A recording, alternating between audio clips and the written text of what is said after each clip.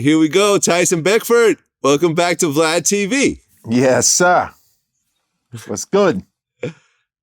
Hey, man, listen, when you were on the first time a few months ago, it really made some waves and it ruffled some feathers, it seems.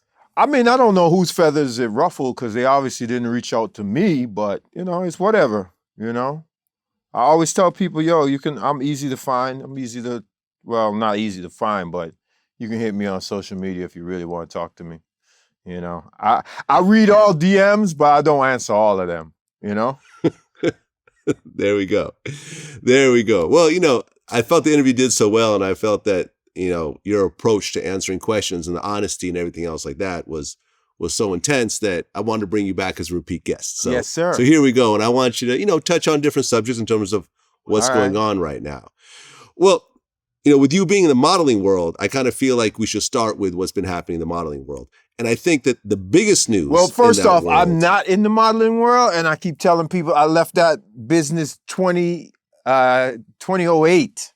So anything new going on now, I really don't know, bro. So we'll see what we can answer. If I can't answer, then it's all right. But I mean, regardless of where you are right now in terms of your career, you're still the most famous male supermodel of all time. Some might dispute that, but as we say in Jamaica, I don't know. Nobody business. There you go.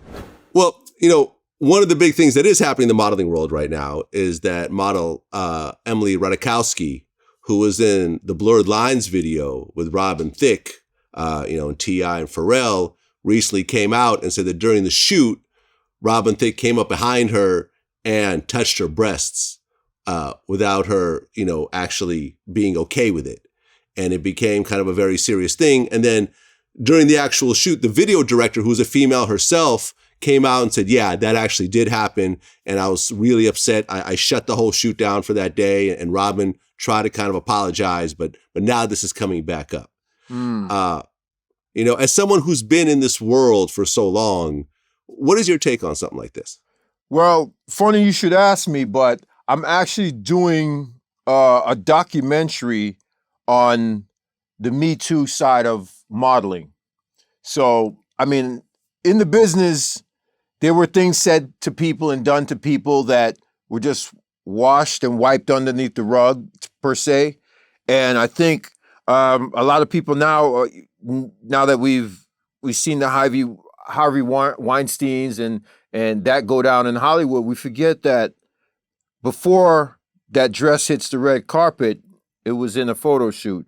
And on that particular photo shoot, something could have happened, and I think a lot of times the casting couch for models was like whatever, they're just models, like looked at as sheep and cow. So now you have a lot of models coming out like her who are now speaking up and saying, hey, this happened to me.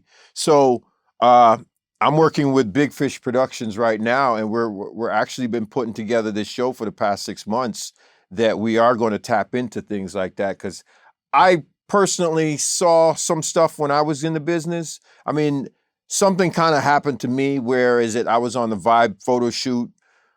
Terry Richardson was shooting it. It was a night shoot. It was like one of my very first jobs back in 1993. And, the stylist and the art director asked me to change clothes. And I said, all right, no problem. I'm going to change clothes. And they were like, no, you got to do it here. And I said, no, I'm not doing it here. I said, you got me, all the way fucked up. And, and if anybody always know me, I keep a backpack with me. Yeah. So you already know what's in it. So I had that on set and I told Money no. And then the first thing I did was pick that up. And I said, look, that ain't gonna happen, And they said, well, you don't do it, you're fired. I said, all right, cool. Grabbed my backpack and I walked out. And that was that. Few hours later, they called my manager, told him, oh, he's a disrespectful young man, this and that. And she came back with the ultimate clap, was like, yo, he Jamaican. He not gonna do nothing crazy like that. You know what I mean? So don't try to approach my boy like that. She defended me, which I love. But that was like one of the only incidents I ever had. But I heard a lot of different things about a lot of different photographers. The list is long. If I bring you the list, you'll be shocked, you know? But I was shocked when I saw the list for the first time. But this is coming out. You ain't stopping it, you know? And I'm glad for homegirl to step up and say something. I mean, it obviously bothered her because that video was what, 10, 12 years ago? But still, I mean, Yeah. she still has that right to say something. And I know Robin, and I know he didn't mean no harm by it, but even though you're on a set like that, you still gotta, you know, be cordial, be a gentleman, ask permission. I understood it was like, you know, in the heat of the moment or whatever, but you still can't do that. You know, that's not cool. You know, it's not cool for a woman to do it to a man nor a man to do to a woman, you know. Private space is private space, no matter what set you're on.